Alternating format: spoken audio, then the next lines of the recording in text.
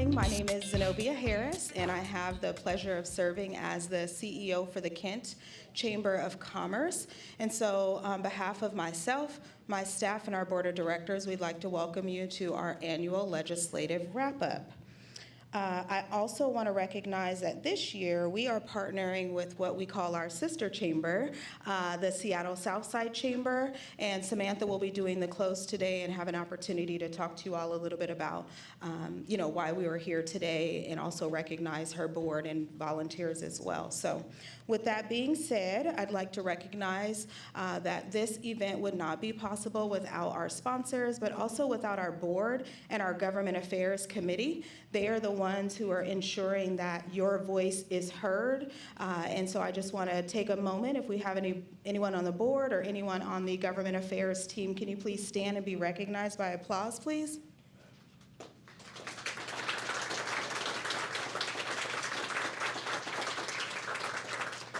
Thank you so much. So this event is something that we do annually, but it really is about bringing the business community together in the room, into the spaces and places where decisions are being made about your business, about your bottom line, about your ability to grow, and your ability or your future here in the region in South King County. All right, so now again, why we are here today, and we're here today for one reason, and that's because civics matters. Civics is important, and civics is a critical piece of our infrastructure here. And I want to be clear that from the start that civics really isn't just about voting. It's about understanding how decisions are made, who is making those decisions, and how those decisions impact your everyday lives, your community, and yes, even your business. So because what happens in Olympia, we know does not stay in Olympia. We feel it here in South King County. It shows up in our labor cost, it shows up in taxes, it shows up in regulations, public safety, housing, transportation, childcare, and the overall business environment here. And so this is why this wrap-up really matters. We're not here just to kind of look backwards, although there will be a review of what happened. We're here to learn, we're here to ask questions, to get clarity, and to make sure the business community stays engaged into what happens next. Advocacy is not a one-person thing. It is not a one-industry thing. Advocacy has multiple prongs. It is relationship building, education, awareness, policy review, and it shows up early. We are looking to be more proactive and not reactive. That is a critical piece of advocacy work. And it's also making sure that elected leaders, community stakeholders, and business community are all a part of that particular conversation. Because we know that the business community has to be one of those groups, and it has to be known that the business community and what they're concerned with. So at a chamber, there are multiple businesses. You have not-for-profit, you have for-profit, large business, micro business. All of those voices matter. I was talking to someone today and said, oh, you got to ask a question, and she's like, I'm really excited about this. And I said, well, do you have any questions? And she said, I'm going to leave that to the smart people in the room. And then I had to remind her, you are a business owner, you are working, you are providing, and you are a citizen here in this community, and you have the right to ask whatever question that is, because whatever happens in Olympia is going to affect you. So you will notice on your tables that there is a note card. And if you have any questions while our electeds are speaking, please write that down, and someone from my staff or the Seattle Southside staff will come over to grab those. I want to recognize our media sponsors. So I Love Kent, which is also known as South King Media, covers all of the areas that are here in Kent, and also for the Seattle Southside Chamber. The man that makes us all look good, Andrew Crane, is here in the corner over there. So if you need a headshot, people clapping must have got their picture taken by Andrew, because listen, he does a really great job. And also just want to thank our sponsors as well. I do see Spencer with Roto-Rooter in the room. Thank you so much.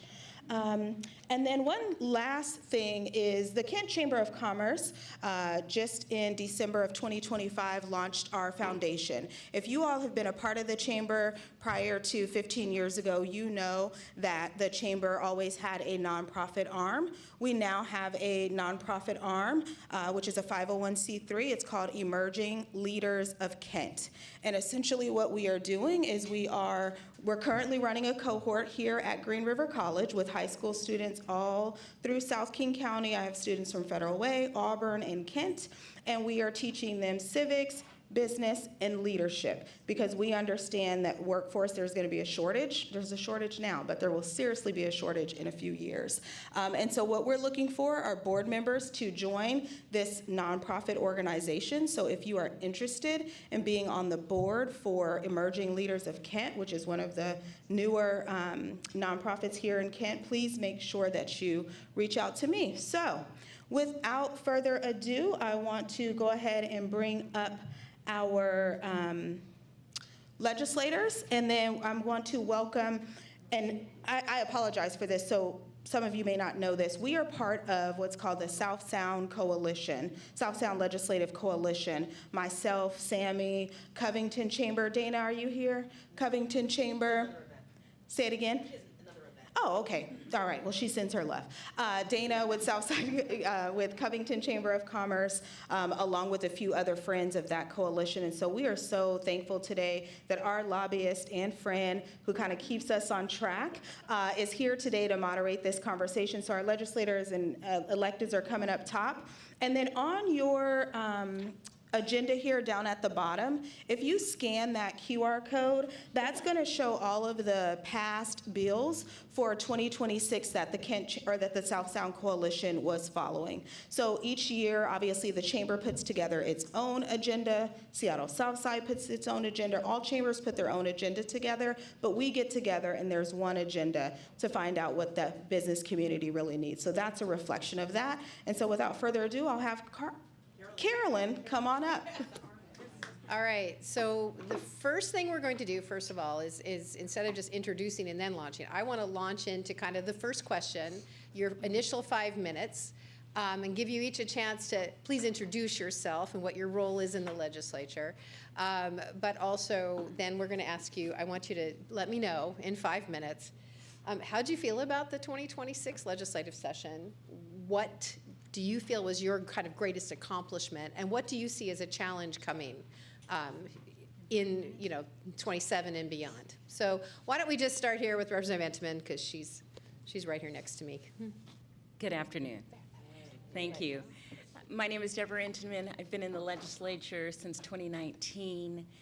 I believe that my accomplishment in this legislative session was really working hard that if we needed to have more revenue so we could do the things that we say as a community we want to do, that we have the money to do them. And so we took hard votes, and one of the hardest votes I took was to vote for the tax on folks who make over $1 million.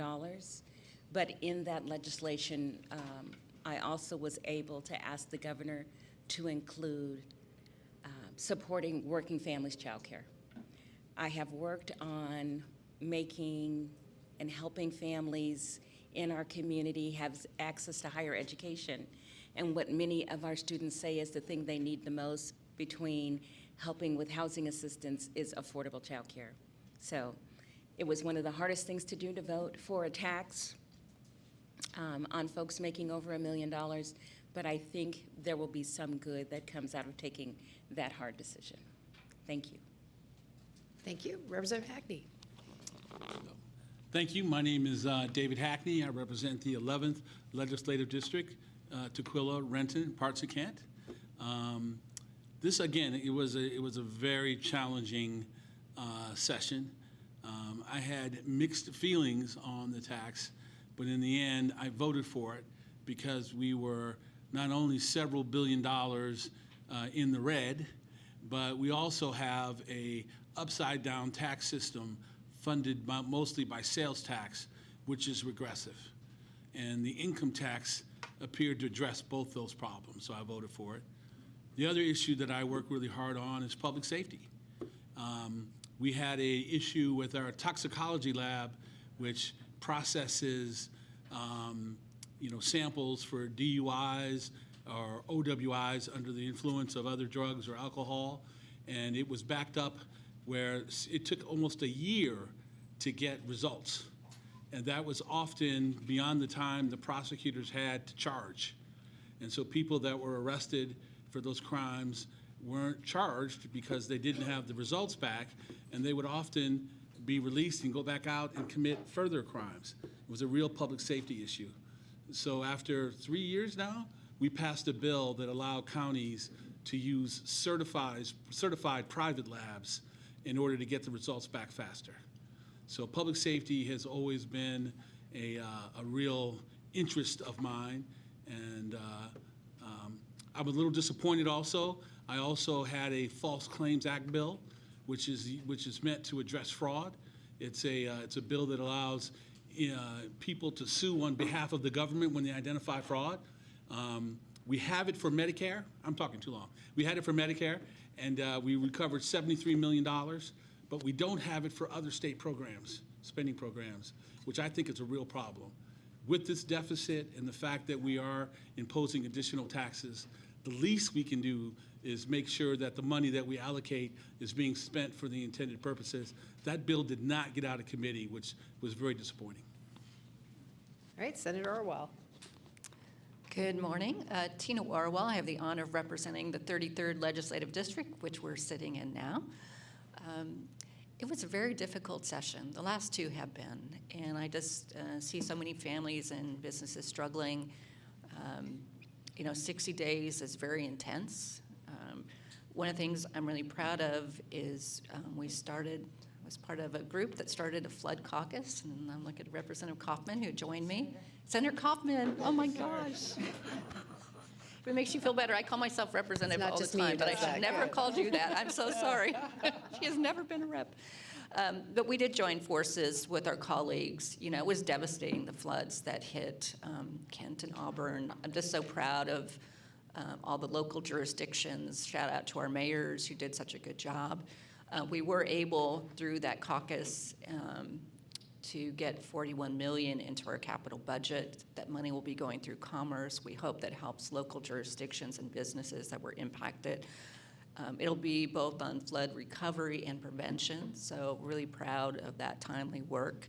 The other thing I want to mention is, we have an affordable housing shortage, and one of the projects I've been working on several years with Open Doors and Mercy Housing is called the Multicultural Village. And it's right next to Highline College. It's a TOD site, a transit-oriented development, and we got the final funds this year, and I'll thank my colleagues who are all part of that as well. And it'll be 223 units of workforce and low-income housing, and it'll have a set-aside for families with children with intellectual and developmental disabilities. It also will have Project Feast in the building, who is here today, which we love very much, as well as the therapeutic daycare. So those were some of the highlights. I think the other thing that gives me hope is that we can do work with the business community, really, of what are the next steps. And some of us, I know Samantha and Rep. Stearns and myself were part of a work group that is looking at pre-apprenticeship and apprenticeships and looking at really doing listening tours with businesses so we can really understand what's going on and how we can be more supportive in Olympia. So anyway, thank you for holding this event. I'm glad to be here. Senator Kauffman.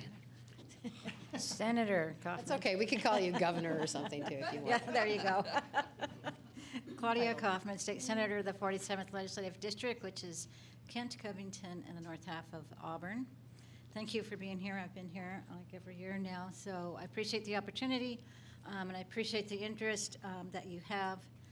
For me, this last legislative session was very quick, 60 days as you run hard and fast, and things move quickly. The amount of time you have within committee is shortened. There's, the transition between the House and the Senate, and so all of that really creates a system which you have to be on top of your game. You have to know what you're talking about.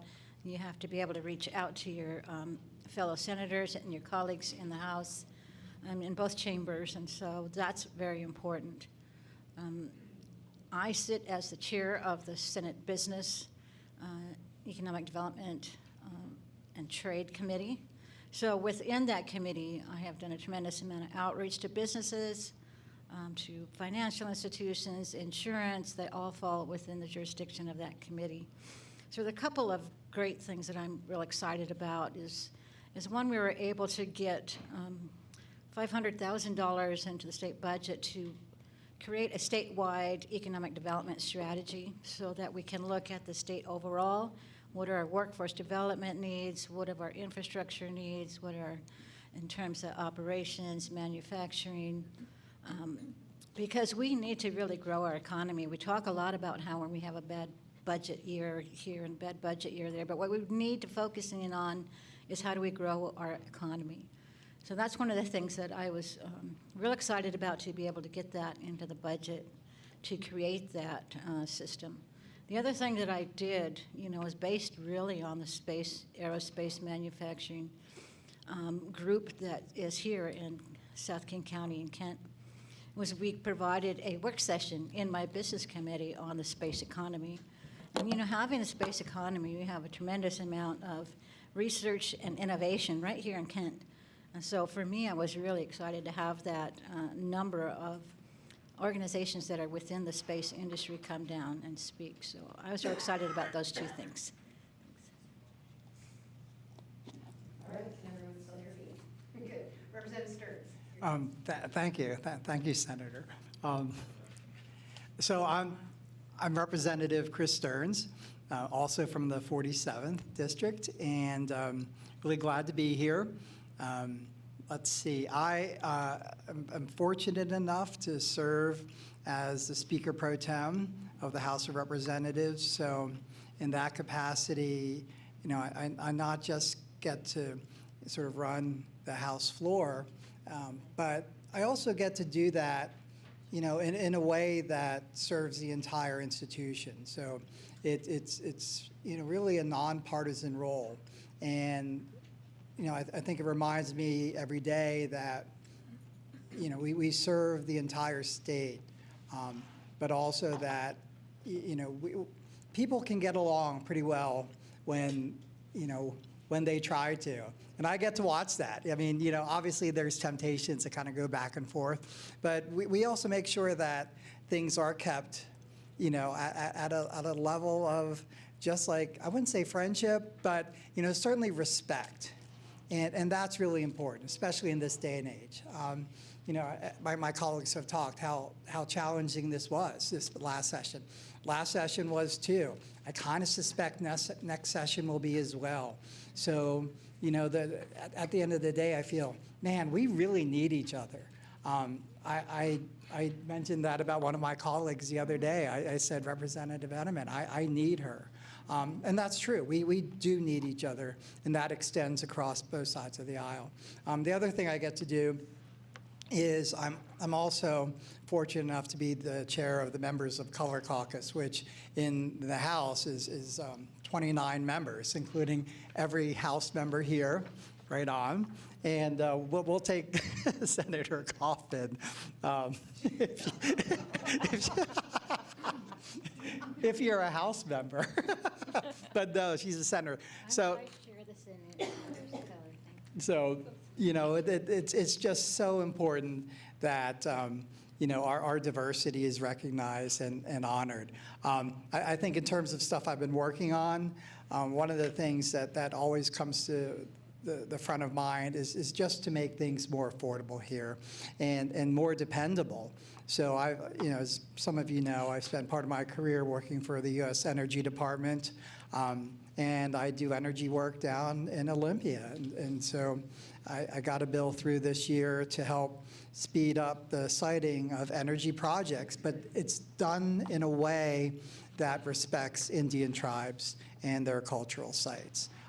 But it's a win-win, and it just, hopefully it'll help us deal with what we consider to be a huge energy crisis that's looming. There was a study that came out that says we have a 9 gigawatt shortage of power, which is basically about the amount of power that's used on the west side of the state. So it's pretty serious, and we'll continue to work on that. Thank you. Okay, last but not least. Okay, well, I'll go fast. This is a long lineup. It's really an honor to be here, and thank you for asking me to participate today. I am on the Housing Policy Committee, and then I'm a vice chair of the Appropriations Committee. So most of my time is really in the appropriations world. I do serve on several different sort of commissions or bodies. The Washington State Investment Board is one, and I'll just use some acronyms for speed. LEAP. I'm a co-chair of the Poverty Reduction Task Force. And I'm also on the Digital Equity Forum and the Food Policy Forum and a few other things. I think I'm the newest member. I think Mayor Ralph is on there too, is a municipal research group too. So I'm very happy to participate on that. For me, I think it was really, every minute of the day really for me is about the budget. Where is it interact with the budget? What do we have control over, what do we not, right? The maintenance level, you've heard a lot about that. Maintenance level is something that we really need to have everyone at the table to help us start to curb those costs.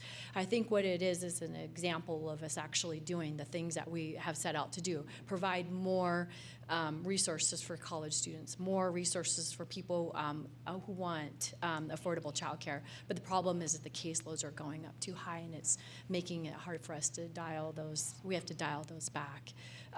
But when we pass a budget, I need 50 votes in the House. So the budget is actually threaded with all of your needs, and that is really the honor that I have, is to be able to take in everyone's diverse needs and issues and thread that into the budget so they can see their priorities, your priorities, through the budget. It is a living document, so we continue to work on it every year. And I'll stop there just because it's such a long lineup. Thanks, Carolyn. Okay, thank you. All right, with that, I guess I'm going to start with some of the questions. And I don't know if we've got more coming up in the near future. So I'll just kind of start off right now with a couple, because we have several issues that the Southside Chamber works on, I know, and it's where the chamber's kind of coalesce. Small business and the economy is one section, budget is another. So I think housing, public safety, and the transportation, of course, which is how, which is a huge deal. And you guys have a lot of power. I mean, the one thing I would say about this whole area, Kent, and Seattle Southside, is the legislators don't just sit back and vote. They actually get involved, they get engaged, and they do what they're supposed to do, which is really, really good. But let's take a couple of things that you guys brought up. I'm going to bring up, first of all, the budget, because that is the big thing. That's the big thing. The holes keep getting filled, but there continue to be issues. The income tax is going to, regardless of how you feel, it's going to have some hiccups probably along the way. There are some things that need to be dealt with. You've got the other taxes. Those tax increases don't necessarily reduce costs, could cause problems. How do you deal with that? So I guess just kind of going forward, I don't know who wants to start, and everybody doesn't have to feel like they have to talk, but let's kind of talk about how you think that the legislature, what needs to be done to get out of kind of this hole of ongoing budget deficits. I'm going to start with the millionaire's tax for a second, because a lot of work was done to make sure that, we know that if we're going to spend all the time to pass legislation, it has to be able to make it through the ballot for a referendum, has to go through the court system. We can't balance our budget on it. What we can do is really provide promises of what we will use those funds for if it makes it all the way to the end. That doesn't mean that our challenges today and tomorrow, next year, aren't going to go away in the meantime. So you'll see in the budget there's also a budget sustainability task force.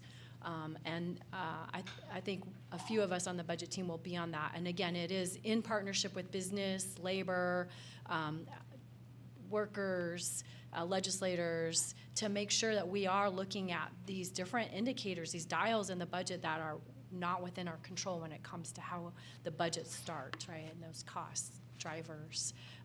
That doesn't mean that the needs in our state don't continue to go up, because the truth is they do go up. And we do have a federal government that's putting a lot of challenges on our plate, whether it's the tariffs, right? We're assuming about $2 billion in costs here to the state over the next 4 years just due to tariffs. And that's one thing, right? IT costs in order for us to be able to continue to apply and be successful for food and housing benefits for our most needy. And the list goes on and on when it comes to state dollar costs that are happening right now that we have to pay for to prepare for that. So again, I think that none of this is in a vacuum. We are part-time state legislatures. Those of us in the budget world continue to work full-time for you and take meetings from all different sectors. People like Carolyn, she has my cell phone. Anthony, they have my cell phone. They can text and call anytime and weigh in on those different indicators of the budget. The good part, too, is the governor will start, right? He will start with a budget, and that's how the two separate jurisdictions then will begin to build their budget from that, which gives you a lot of different opportunities to weigh in on your priorities. So I hope. Anyone else want to take on some ideas to maybe try to get back to where we're not getting the ongoing deficits? I'll just briefly mention that, as my colleagues mentioned, it was not an easy decision to vote for the millionaire's tax. But part of the reason I did is because we got to roll back some or lower the small business taxes, the B&O tax. Before I got to the legislature, I was on the Auburn City Council, and we were running out of money there too, and we ended up increasing the city's B&O taxes. And I spent a lot of time working with the auto dealers in Auburn, and so it meant a lot, and it meant a lot to them to have this millionaire's tax go through where they could see those B&O taxes go back down. So that was really important because, as Vice Chair Gregerson said, yeah, we have a lot of federal pressures. I know there's an effort that I'm supporting to, once the federal court struck down the Trump tariffs, there's an effort to get a refund. In Washington, it's about $2,000 a person is what the tariffs that were struck down cost you. But we have incredible inflation going on.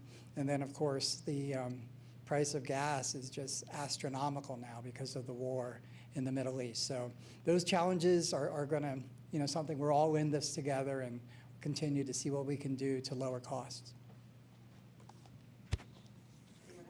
Yeah, I think it's, as I discussed earlier, the economic development strategy for the state, looking at how we can grow our economy, looking at the fast-growing space industry is important, but also looking at ways in which we can promote Washington State. There is a self-funded statewide tourism assessment so that these tourist industries are going to assess themselves so they can create some more tourism in Washington State. We have the World Cup coming to Washington State, which is going to produce a tremendous amount of input of individuals, but also input into the economy. And so looking at how we can promote that is something we want to do, take advantage of those opportunities in which we can provide that. The other thing that we talked about was the cuts to, like, Medicaid. And the state had to make adjustments in addressing the Medicaid cuts. And folks often ask me, well, what is that? It doesn't apply to me. And I said, well, do you have Apple Health? I said, that's Medicaid. So they're like, oh, I didn't know that. So knowing that we're out there working on trying to prevent the cuts and to preserve some things that was proposed to, take Climate Commitment Act funds out and use it for something else, which is, no, we got to protect our climate. We have this. It's important that we protect our environment and reduce emissions, not only now but for the future. Looking at, there was a large cut proposed for developmental disabilities in which I literally stood up and no, we cannot do that. So there's things that people, when they massage the budget, there's a number of different ideas that come forward. And so knowing that I stand on my values and working in the Ways and Means Committee and within the Senate to preserve this. So know that there's a number of different challenges that come forward. So I just wanted to say those few things. I'm just going to say a few things. I do think, I know a large percentage of small business now are exempt from the B&O, but it does remain one of the most regressive taxes in our state. And I do think we need to sit around with our experts, and many of you are in the room, to understand what are our alternatives and what can we be doing to make this more business friendly.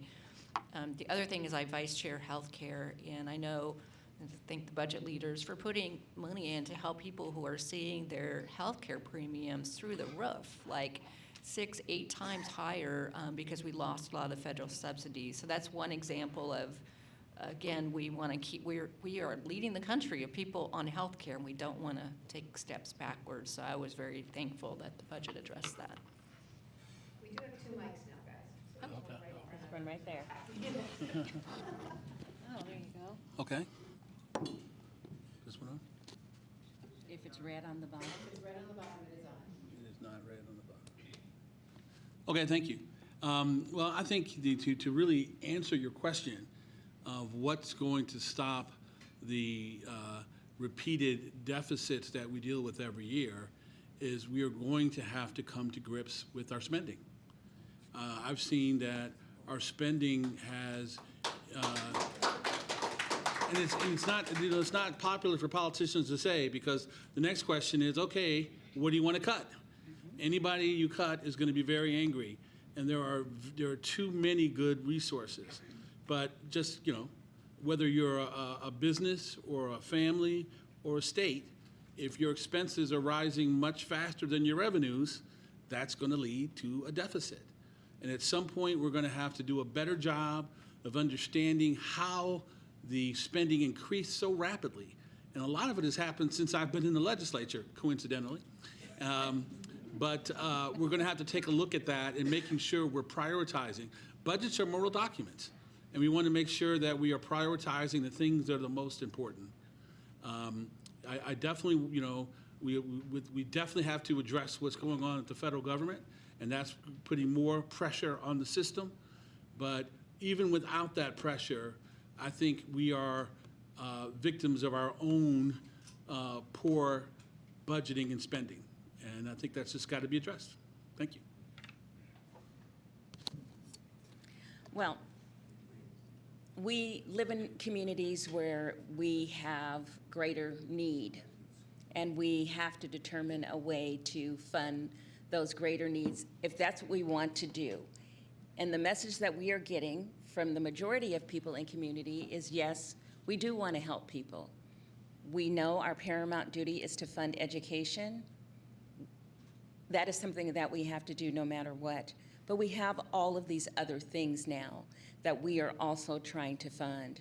We have a mental health crisis in our communities. We have a drug crisis in our community. We have a homeless crisis in our community. We can't just say, I want you to get off drugs. I want you to find a place to live. If you're mentally ill, take some medicine and get well. There are things that we have to help people do. And so we have done that in our state. Now we are coming to a time where we have greater needs and greater responsibilities and not enough money to meet all of those responsibilities. So we are making decisions about what we will not fund any longer. And those things hurt people, and they become very upset. We heard this year when we provided cuts to family members who are staying at home to take care of a loved one. When we cut some of those funds, we heard from those folks who are at home taking care of their family members. We didn't do it to hurt them. We don't want people to have to go into nursing homes if there is a family member who would like to be able to provide their care. But we have to make hard choices. Cutting spending is something that we will have to do, but we also do not want to harm people when we are making those decisions and those cuts. For example, I'm on the higher ed board for the state, and I'm also on the higher ed committee in the legislature. We are now looking at higher ed to see where we can be more efficient and not do not provide duplicative services without harming students that we said we wanted to come to college so that they can get a better job and so that they can be a contributing member to society. I also support apprenticeship programs, but with apprenticeship programs come support programs. A person who is in an apprenticeship may need boots so that they have steel-toed boots so that they are safe when they are on those jobs. If I have no money and I want to go into an apprenticeship and I need tools or boots, should the state pay for that? Should I pay for that? Who pays for that? Well, right now, we have said, as a community, as a state, we will help pay for that. And those are the sorts of things that we're doing. It is very hard to make a decision whether or not I should fund at-home dialysis for someone, or if I'm saying that they must go to a dialysis center for dialysis. We know from the data that if someone is at home doing dialysis, they could do it every other night.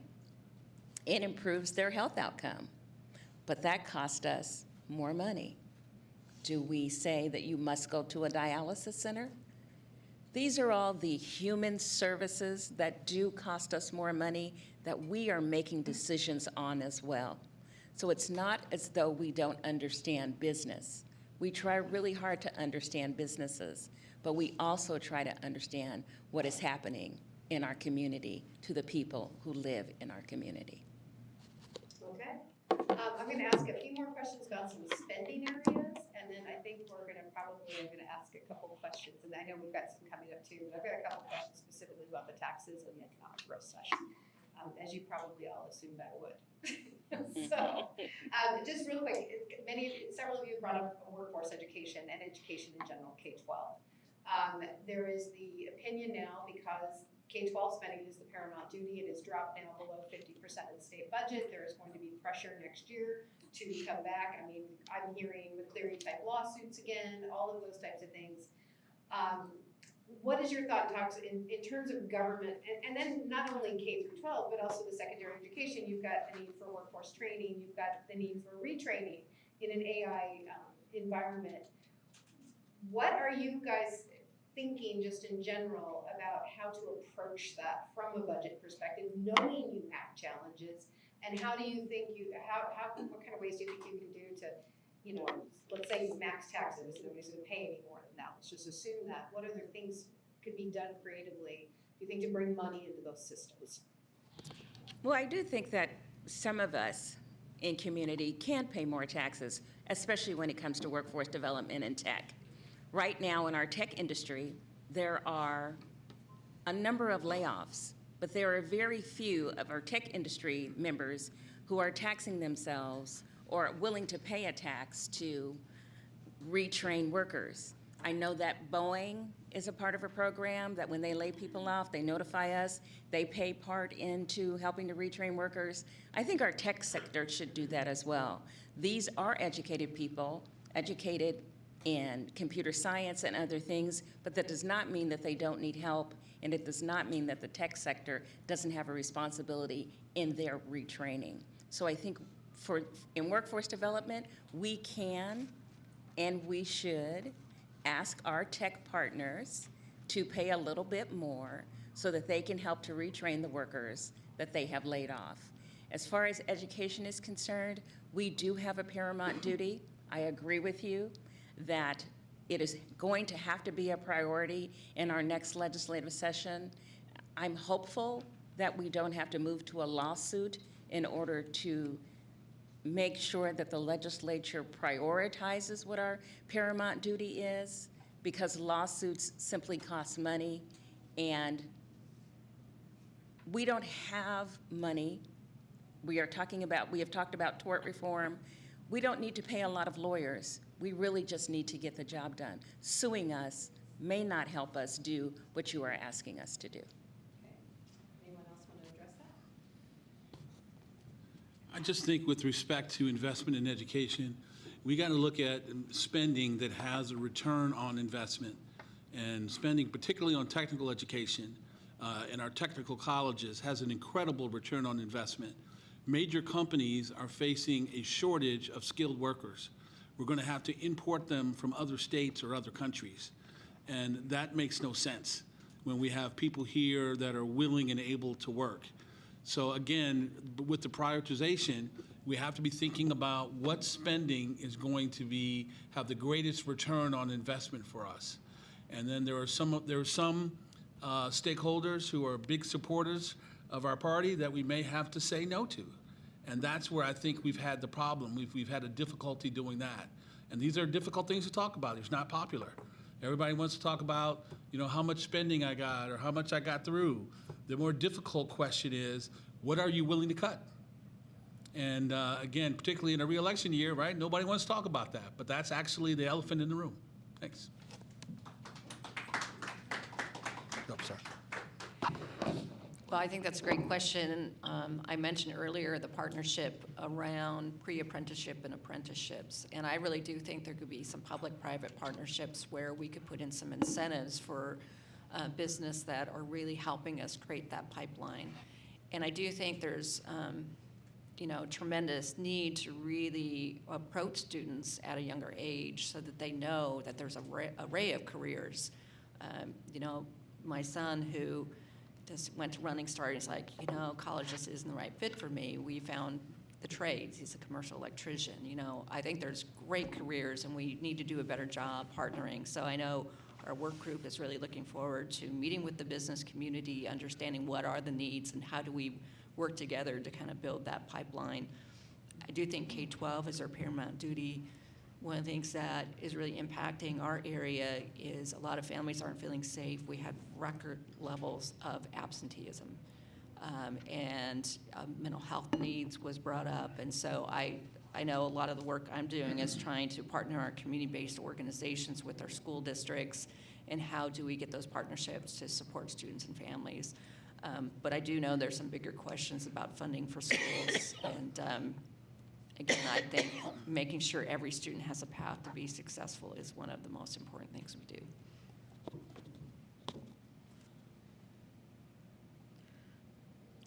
Just a quick little note that, the state did increase funding to basic education by close to $1 billion last year. So this is not a lack of investment. The state is doing investment in the K through 12 students. The state, as Senator Orwall had just mentioned, public-private, I think it's the Bomber Group came in for the early learning because you talk about return on investment, early learning is where you start. But that's, other things that are important just as well in terms of developmental disabilities. The state made a $750 million investment increase in special education.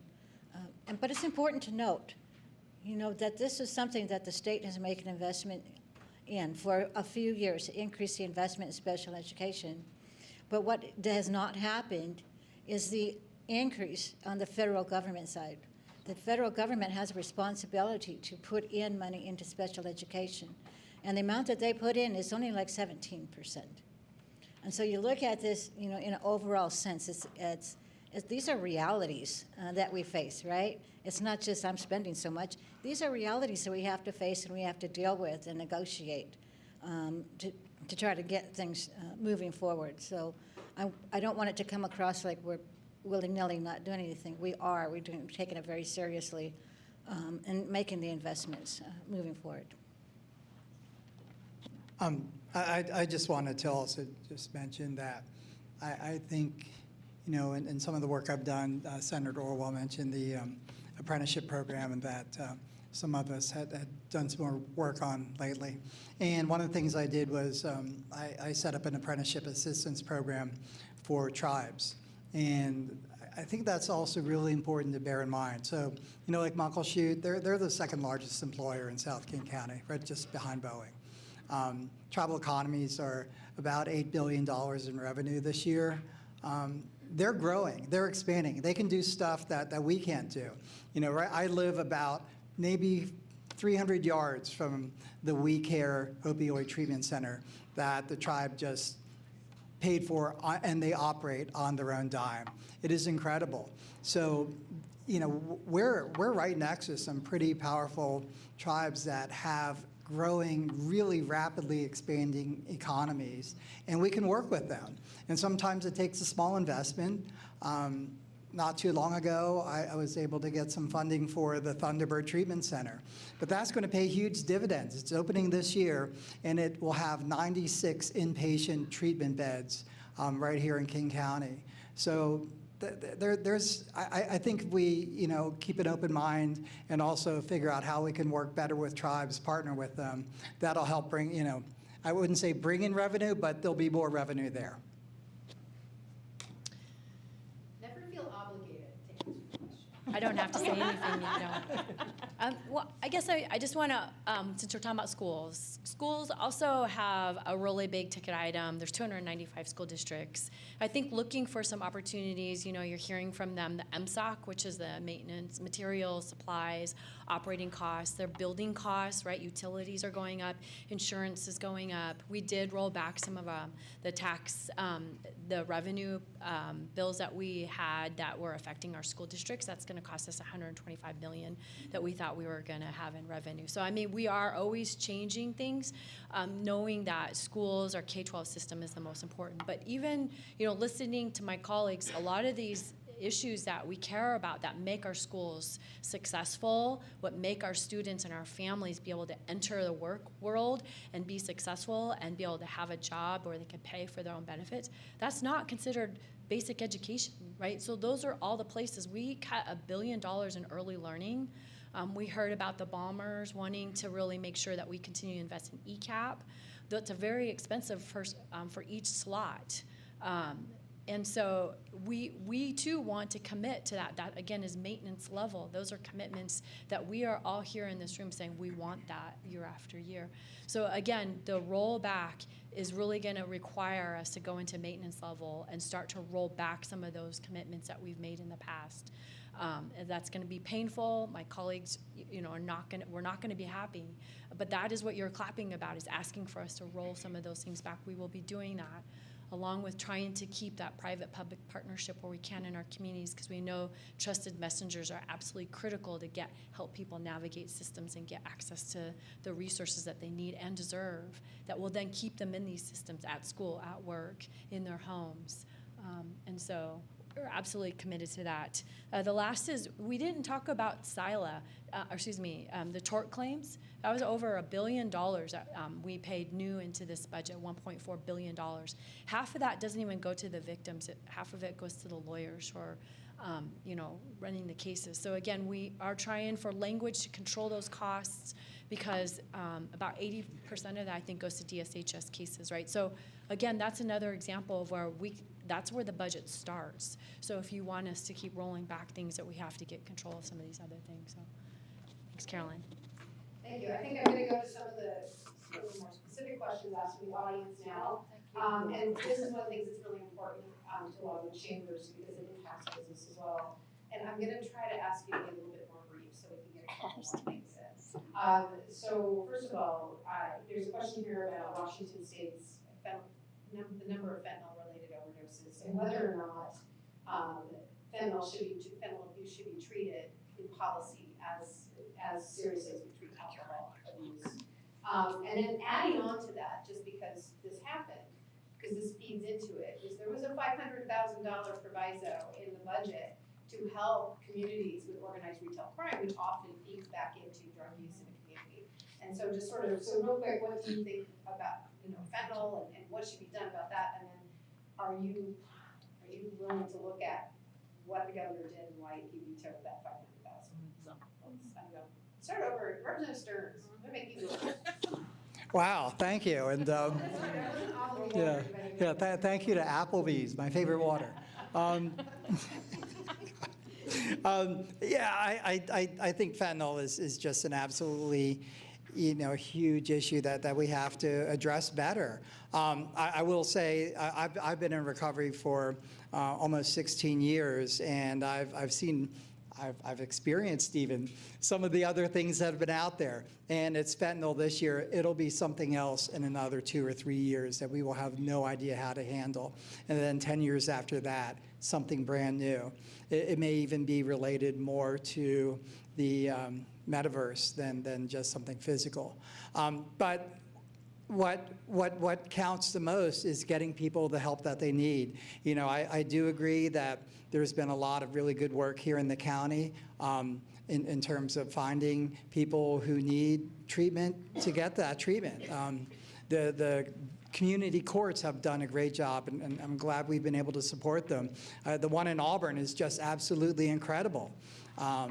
But you know, we still need more treatment. We still need more people who are certified SUDP counselors or providers. And when I went to the We Care Center, they have a satellite right next to the community court. And I asked them, what do you guys need the most? And they said, we need more inpatient. That is just a huge gap. But I can also tell you that opioid treatment center right where I live has made a huge impact. I live right by the river, and so we had a lot of people coming right through our street, and there was a pretty decent amount of property crime. And everyone in our neighborhood freaked out when that treatment center opened up. They were sure it was going to attract more crime. And you know what's happened in the last 3 years? The exact opposite. Our crime rates have plummeted in our neighborhood. And it's because people have hope and they feel better physically about themselves. So I'm all for supporting that. Well, I'm going to jump in. I'm a social worker. My background's in mental health and substance use. And, you know, we have a colleague, Representative Lauren Davis, and she always says the opposite of addiction is connection. And that we really need to strengthen our community and the resources that people get. I know Valley Cities is here and they have treatment facilities. One of the things I'm working on is we have a PIC facility, and I'm very sad about it not being funded. And again, that's helping babies that are drug affected and trying to help the moms and families. And so we're looking at these partnerships of how do you help people in different stages better access treatment. And you know, I know, and maybe it changed, but the Valley City's involuntary detox wasn't being fully utilized. And so what's going on in our system that we're not tapping and getting people into that care? The other thing that I'm really excited about is there's this incredible youth and family center in Renton that Doug Baldwin and his foundation started. And I got a chance to get to know him a little bit on the exec transition team, and he is coming now to Kent, and he would like to open one here. And so we're starting all the meetings with the city and the police chief, and it'll be a bigger community. But again, I think youth need a place to go that's safe with mentors and services. And so I hope we keep building those kind of resources in our community. Well, first of all, shout out to Doug Baldwin's Family Center in Renton. It is amazing, and we are very fortunate to have it. But there's two parts to your question. I'll address the first part first. I'll just say I was shocked that Governor Ferguson chose to veto the additional resources for organized retail crime. We have a situation where grocery stores and drugstores are closing because of the impact. Again, we're not talking about children stealing candy bars. We're talking about people that hire people to steal in volumes large enough. They take them to either online or to other retail spaces and resell them. You can sell them at a dollar store because when you acquire the merchandise for free, even selling it for $1 is a profit. And the resources that were going to be used to address is exactly what the community needs to a coordinated response to organized retail crime. Again, as we're facing deserts where people don't have access to fresh food and groceries, people don't have access to drugstores and pharmacies because of the theft. And in my district, there are many small minority-owned businesses that focus on particular communities, and they have different food choices and different cosmetic choices and things like that. And those businesses cannot afford to take the losses that they're impacting from organized retail theft. And I just think as a caucus, We were supposed to talk briefly, but, medical researchers, they change medicine, right, to change with how diseases change, how viruses change. We have to change criminal justice policy to also address how crime is changing. And if we don't do that, if we stay stagnant and say that we don't want to increase any penalties or we don't want to make any changes, then the bad guys win. And I think it has a significant impact in South King County. We suffer more from both violent crime and organized retail theft. And the other last comment I'll make with fentanyl, I am 100% in favor of mental health resources for addiction. That's the demand side. The supply side is not going to be addressed by mental health resources. That's criminal justice policy. And we're going to have more resources to cut off the supply, those people that are profiting by selling fentanyl to others who are addicted. And we have to be able to make that distinction. We don't want to incarcerate people because they're addicts, because they have a disease. We do want to incarcerate people and prevent them from profiting and selling fentanyl and selling and spreading this poison through our community. Thank you.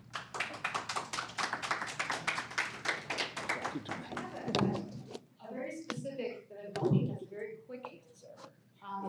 Somebody did ask, did anything happen this session to help those living on the flight path of the airport? So 33rd District people? Yes. It's something I spent a lot of hours working on. I'm sure my colleagues as well. And again, for those of you that might not be familiar with the airport, we've learned a lot, not only about noise, but ultrafine particles from aviation fuels. And the closer you live to the airport, the shorter your lifespan, and it's 10, 5, 1 mile out.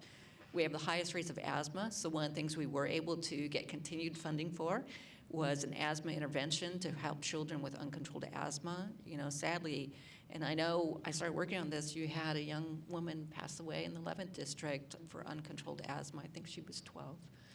And so we have this program. Our community-based organizations will get the funding to get HEPA filters and vacuums and medical intervention to those families at no cost.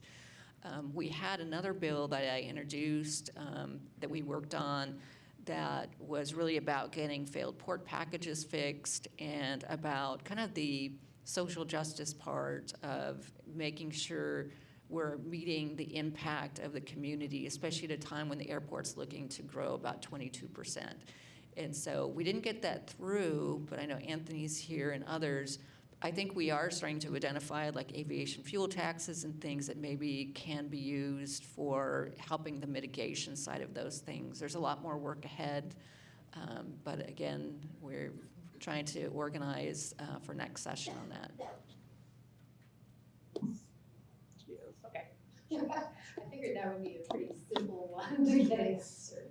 I think the next one, and this is kind of a specific, it might go with the flood. Have camp and neighboring areas done due diligence and determine what factors other than heavy rains contributed to the flooding? New construction, it says new construction including housing on the golf course and surrounding areas and Hackney stormwater drainage. So that's pretty specific, not necessarily a state legislative issue, but I know that the 41 million went in for flooding. Are these the type of things that communities will then have the ability to address using those dollars? Yes, and like one of the things that's allowable in the 41 million will be money will that go to the counties and to the cities to actually look at what type of prevention efforts need to occur. And so I think it's 300,000 per county that's coming out for that purpose of planning.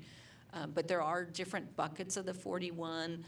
And some will be, again, around recovery, but others will be prevention and looking like at the levees. And, I started when the Hanson Dam, there was a worry it was going to fill, and we, had all that work on the levees. Fortunately, we had those, and some of those failed. But again, I think that planning component is going to be really important next step. Yeah, and thank you. And also, it is, we have $2 million going directly to Kent for the Signature Point levee that, works to hold everything back. But as mentioned, the Howard Hanson Dam, we are so close to Howard Hanson Dam. When you do have the rain floods, then they have to release the water at the dam, which increases the water level here locally. The other thing that we did in terms of the flooding was look at legislation. Senator Orwall had some great legislation, and unfortunately did not pass. But one that did pass was to inform renters, right? If you're a homeowner, you're going to buy a house, you need to know, is it in a flood zone? Is there a risk of flood? But another bill that passed said you need to tell renters. So if you're renting a house or you have a multifamily home, you need to let the renters know this is a flood area or potential for flood. So this flooding was catastrophic, and we learned a lot. We formed a caucus. We invested money, $41 million, in flood. So, we're learning as we go along. Some of the things, the partnerships that happened between the state and the county and cities. So they partnered to help address the flooding. So it's very comprehensive. I was just, I made a statement, you could look south into the Chehalis area, because they've had a very situation, and they got everyone together and done it so hard. The next one, I'm kind of looking here, and so again, this is with the budget tax again. This one says, for the budget, this is like more of a comment, we use it or lose it, budget, we get rid of that. So, and then mobility, a lot of unnecessary roadwork actually makes traffic worse, less so traffic increases pollution, they saw business taxes that increase. So, just kind of, these are not things, and I know that transportation's been a huge issue in this region. We are maybe fortunately or unfortunately at a point where those projects are underway and are being funded. But I think just, in terms of how you see transportation going forward, what, just sort of the benefit to the economy, that type of thing. But also then I want to transition this into kind of there's a lot of tax stuff up here. So just a couple comments on that, and then. As a member of the House Transportation Committee, I know that we try to prioritize maintenance because we heard from community that there were a number of areas that just needed some support. We have recently had a landslide on I-5 to Bellingham that we had to work on. There was a bridge at 410 that surrounds us where people are moving to and from.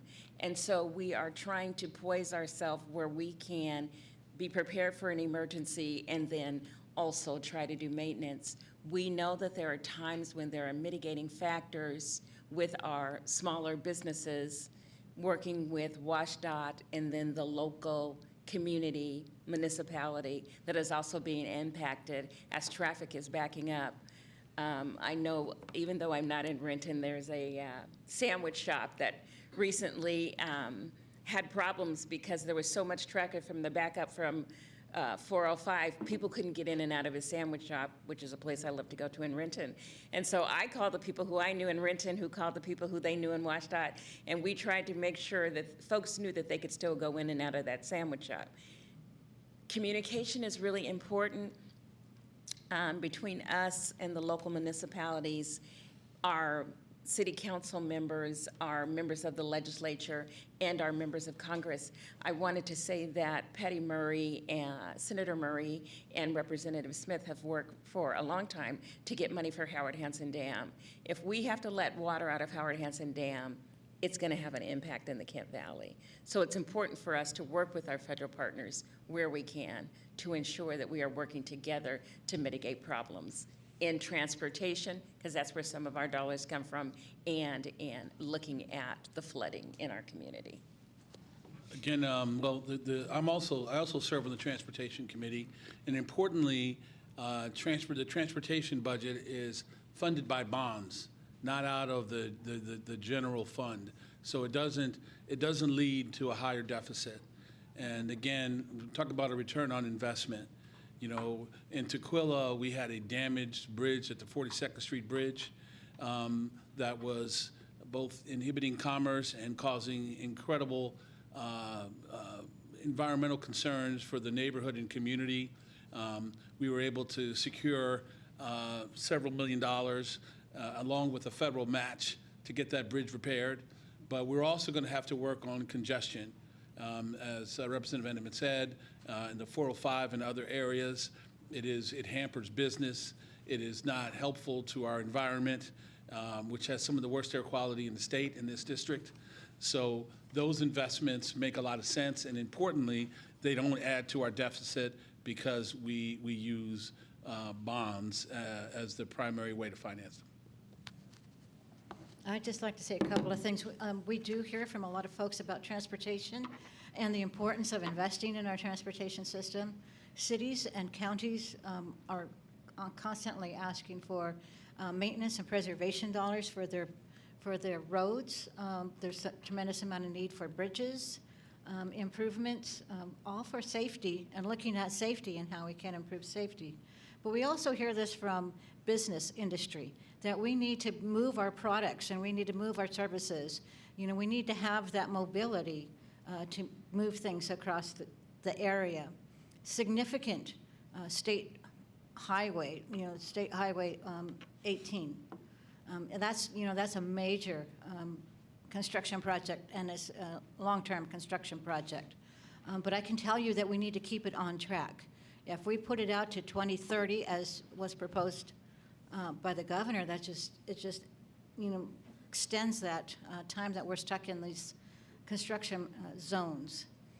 There's a Meet Me on Meeker transportation right here in Kent. That's happening right now. I don't know if you've seen Meeker Street is closed down. Those are things that, that are important. I've heard from realtors. They want to have clear transportation. I've heard from renters. I've heard from a number of folks, and they need their transportation access. The other thing I'd like to say that actually does add to the deficit, because a tremendous amount of operating dollars does go to transportation. So this is something that we have across the state and across the budget system. Okay, so now I'm trying to get to, I'm going to apologize if I don't read your question exactly or if I'm cobbling some together. And first of all, I know for a fact all these people are very nice, and so I encourage you to talk to them afterwards too. I think I need to wrap up in a few minutes. You've got more questions. Okay, so let's just start with this. All of you mentioned affordability, but higher taxes and fuel costs prior to current are taking a huge hit on budgets, meaning also personal budgets, et cetera. The state budget has grown over $27 billion in the last 5 years. How do you reconcile those higher taxes that you're needing for this with the goal of improved affordability?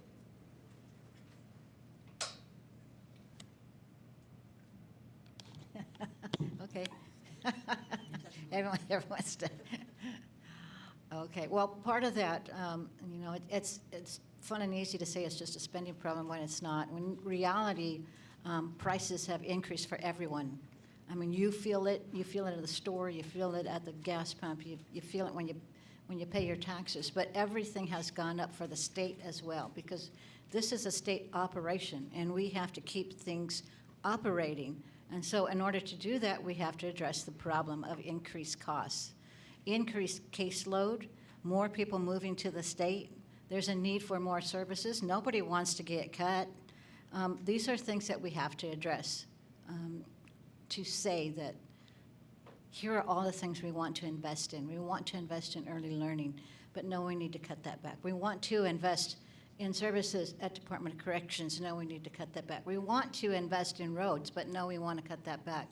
There are a number of things that impact the state budget. Inflation is a major one.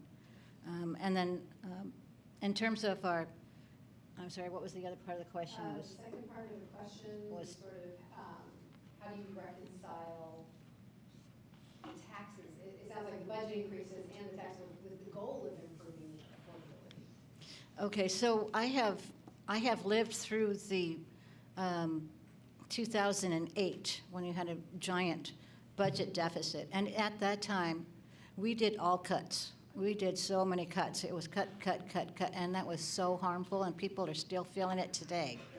And so in that, we look to create a balance between raising revenue and making cuts, and that's exactly what we have done for the last 2 years, is to increase revenue and also to make cuts. And some of those increased revenue ensures that we can provide the services that are needed within our communities. As mentioned about education or the working families child care or a tax credit. You know, there's a number of things that the state invests in. In small businesses, we doubled the amount for small businesses, tax exemption, so that it's not 125,000 your first 125. It's 250,000 now. So you're completely exempt in a small business the first $250,000 for your B&O tax. So we make investments back in the community, back in the businesses, so that we have a balanced approach. I just want to add that I think it also, you know, what we're doing is really shaped on what our constituents want us to do. And so that means I have to look at it from their perspective. So we know that we have an upside-down tax system in our state. It's already, you know, it's not new if you're a person of color or if you're in the lower income bracket. It's been unaffordable here for decades. So we know that the lowest 20% of the people pay 18.5% of their income in taxes, and the wealthiest people pay about 2% of their income in taxes. So I'd say that's how we reconcile the millionaire's tax vote. Okay, and then I have one that says, sort of just a follow-up, some of this could be, but most people I know are not opposed to helping those in need, but what seems to be lacking is accountability and results, or accountability to results, and follow through to ensure the resources aren't being wasted or being defrauding the community. What steps are you willing to do to ensure that our tax dollars are being spent wisely, and is it effective, and are the dollars actually going to help us in the need help? As I mentioned before, I dropped the False Claims Act bill. Again, with respect to Medicare, we do have a False Claims Act. It recovered $73 million of fraudulent payments. And we do not have a False Claims Act that covers other areas of government spending, which I think is a shame. I also think we may need inspector generals. Again, when you're, what is not looked at or observed, you know, there is going to be stealing. And I don't believe the significant increase in spending that we mentioned here is on the basis of inflation. It's way beyond inflation. We've got to make better choices, and they're hard. And politicians don't like to make hard choices because you just disappoint people, but that's our job.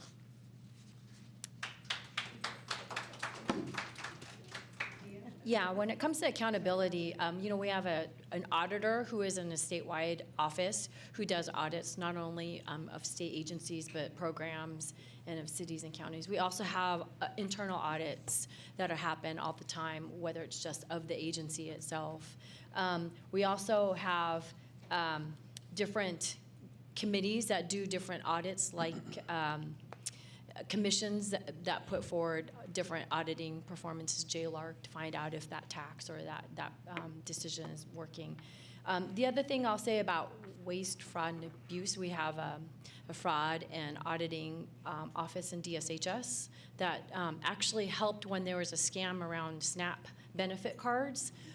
There was an external scammer who was taking the money off of the people's cards, the benefit, so they actually couldn't get access to their benefit. So, you know, sometimes it's about external things that are happening. So cybersecurity, cyber-related costs to governments is one of the highest costs to us when it comes to different threats there. And the last is, just because we've been doing rounds of cuts in the last 2 years, we are taking every underspend. We are doing hiring freezes. We do across the board percentage cuts. This year we did a cut around agencies that had more than 100 staff members, so we could try to help keep the smaller agencies, you know, who are usually outward-facing agencies who have less harm reduction.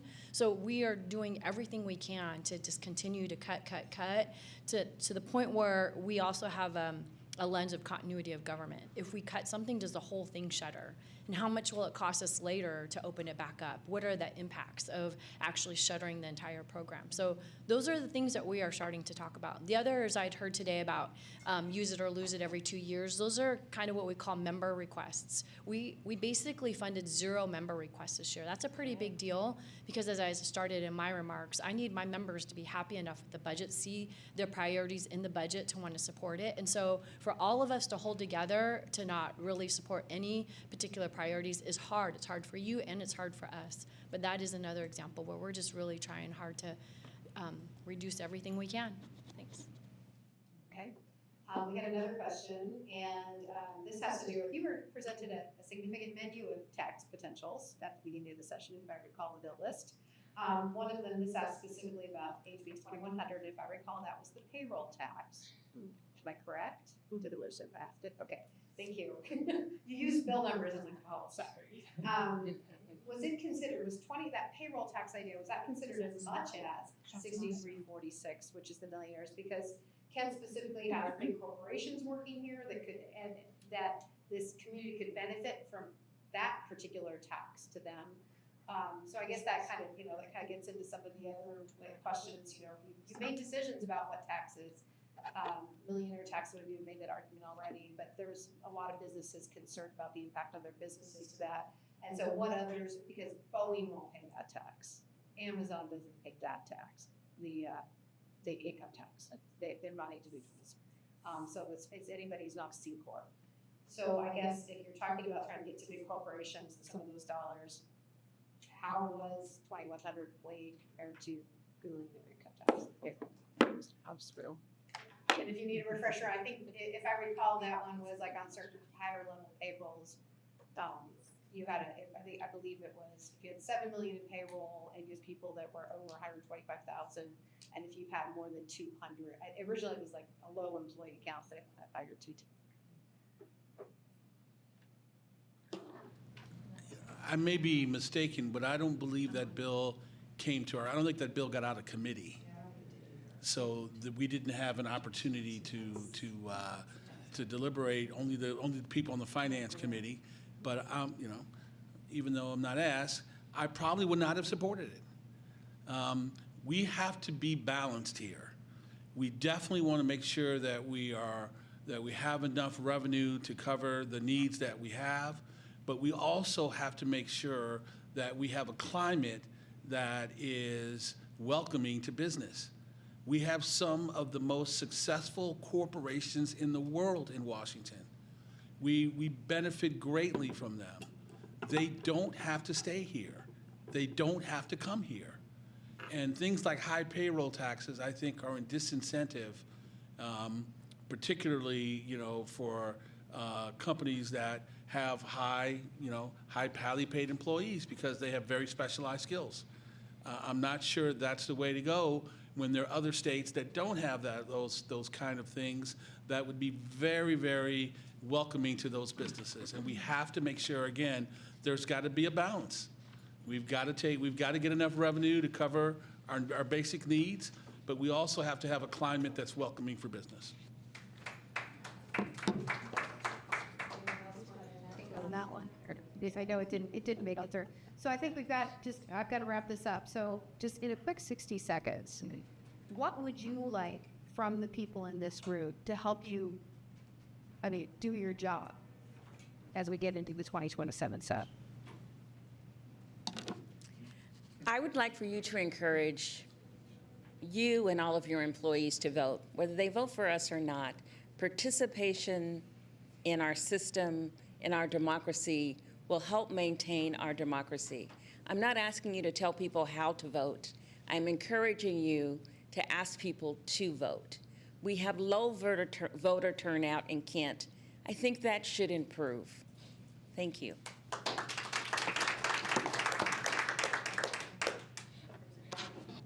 Yeah, I look for guidance on legislation. I look to both sides. I look to both labor and environmental groups. I look for business groups to help me understand what would be palatable.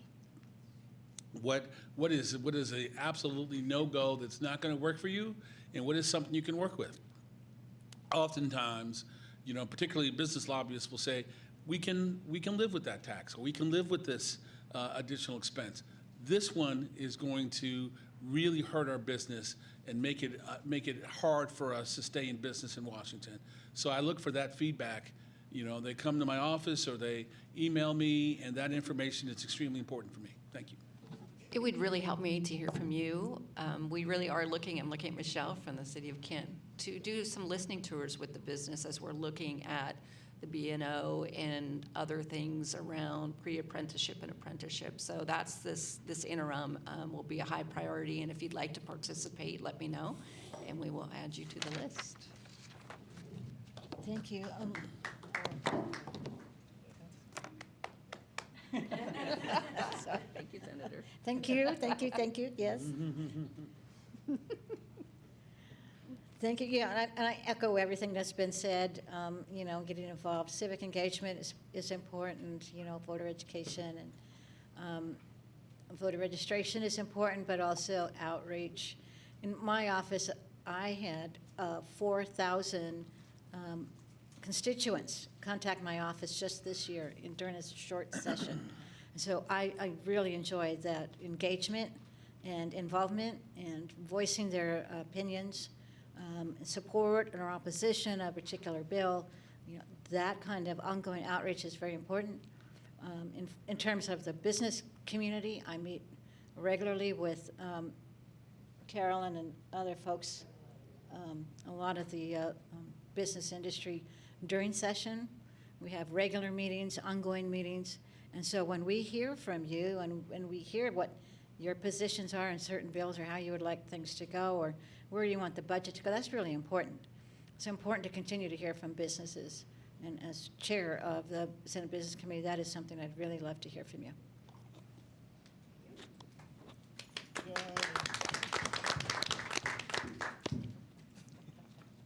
I would just want to acknowledge that one of the things I've experienced and learned just being down there for the last 2 sessions has been that people care a lot more, I think, than the public just assumes. You care a lot more about your government than people think you do.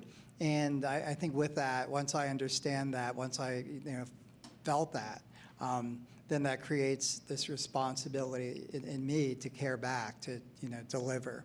So one of the questions that I ask people when they come down to Olympia is, it helps me if you can kind of give me a sense, a picture of what you would like this district, your city, your schools to look like in 20 years. That is really helpful for me, and I think for many of us. So that sort of future, if you could sketch that out, that is really helpful, especially as we look at things that the senator's working on, like the space industry. That is just going to grow astronomically. That is the future of our country, is deployment into near space, robots, AI, all of that is going to drive the economy for this nation and the globe in the next 20 years, and it's right here. So, that's a good 20-year outlook right now. Anyway, thank you. Well, I think for me what would be helpful is just to remember that while we're all from the same party, when we're in Olympia, we are very purple. We always have to work with our colleagues either from the other side of the state or across the aisle. We're not a monolith. It's always helpful for us to remember business. All schools are not a monolith either, right? So the more we can humanize and really dive deep into the specifics of what makes this part of our state, these communities, your business is unique, actually helps us find the political will to do the work when we're in Olympia. Very quickly, we passed 268 bills this session. 108 of them were unanimous, and 174 had 80% support. So you could see that we really are very bipartisan by the time we get to that point in session. There are, of course, a few that take all night, but other than that, we really do try hard to work on behalf of all different sectors and think through that. So thanks. Before Sam comes up, one final round of applause from the legislators.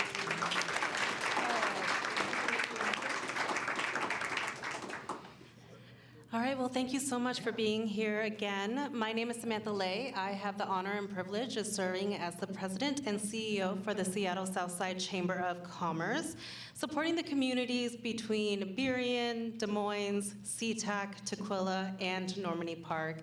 A quick shout out to my board member here, Scott Schaefer.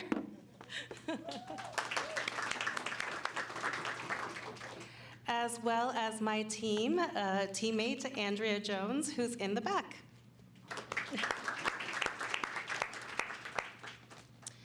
As we bring today's legislative wrap-up to a close, I want to begin with a sincere gratitude to Carolyn Logue for thoughtfully moderating today's conversations, and to our partners at the Kent Chamber of Commerce, especially CEO Zenovia Harris.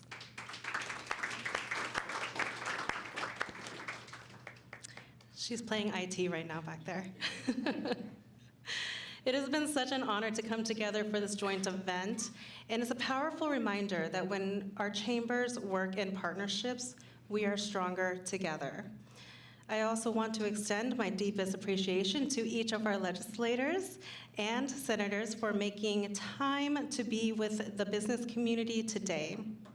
Thank you to Senator Orwall, Representative Gregerson, Representative Hackney, Senator Kauffman, Representative Entenman, and Representative Stearns.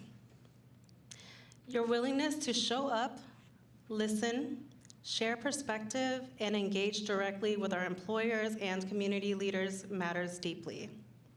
Today's conversation is an important reminder that policy is not something distant. It shapes the environment of our businesses operate in. The opportunities available to our communities and the future that we are building across our region. Whether we agree on every issue or not, what matters most is that we continue to create space for respectful dialogue, informed participation, and meaningful engagement. That's why gatherings like this matter so much.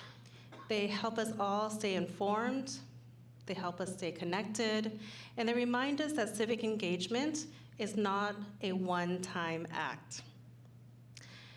It is an ongoing commitment to paying attention, asking questions, building relationships, and making sure the voice of our community members remain present in the conversations that shape our state. So we wanted to share a couple opportunities for you to continue the conversation today. So at the Seattle Southside Chamber, we are proudly offering a mix of signature programs designed to support and prepare our business community. So this year, as Senator Kauffman shared, we launched, with FIFA coming into our community, we launched the Global Soccer Game Readiness webinars in participation with Explore Seattle Southside, the local DMO, helping local businesses get ready for the upcoming World Cup and the opportunities that it brings. We are also hosting Chamber 101, and I know that Kent Chamber also provides one-on-one programs where we break down what the Chamber is, what we do, and how businesses can get involved and grow their network. Coming up on April 30th, we are excited to share that the 2026 Education and Workforce Summit and King County Career Showcase is happening at ShoWare Center. This event brings together educators, employers, and industry leaders to strengthen our regional talent pipeline and create real career pathways for students. Following the career showcase, we also, following the summit, we have a career showcase where we bus in 15 different school districts, that's 15,000 students, to explore local career paths and resources. Connection is at the heart of everything that we do, so we celebrate our local businesses through ribbon-cutting ceremonies, recognizing milestones, and supporting small business owners in their community. We're also hosting, we also host morning mix and mingles where members and businesses join us for coffee and conversation. and meaningful networking in a relaxed setting. And we collaborate with key partners like our March Mixer with the Port of Seattle, where we host small business resource fairs and roundtable discussions with port ambassadors. All of this work is supported by our Success Foundation, which helps expand opportunities and impact across our region. Our Success Foundation is our 501c3 nonprofit that bridge gaps in education and workforce development.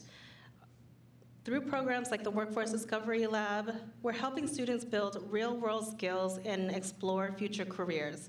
If you know a local high school student that's currently enrolled in the Highline or Tukwila School District, please share this opportunity with them. We run a 2-week summer program that provides professional development and career exploration opportunity. We all started somewhere, and we all needed to explore our path before we got to where we are in our professional journey.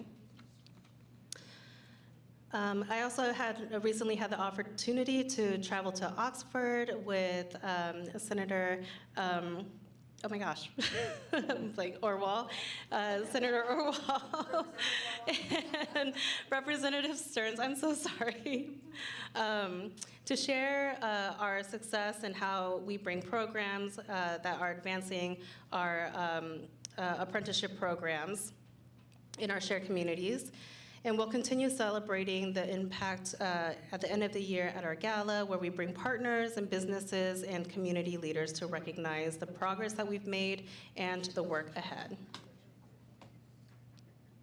To everyone who joined us today, we want to thank you for investing your time, your attention, and your leadership. Your presence here reflects a commitment not only to your business organization, but to strengthen the future of our broader community. And before you go, I want to encourage everyone to stay for networking. As Carolyn mentioned, everyone here is really, really kind, and they care. One of the greatest values of events like this is what happens after the program ends, here in this room or in the parking lot. Please take some time to introduce yourself to someone new, reconnect with a colleague, or share ideas, and continue the conversation. Stronger networks build stronger businesses, and stronger relationships help us create stronger, more vibrant communities. Thank you again for being here. Thank you to our panelists and partners. Thank you for staying engaged. Have a wonderful afternoon.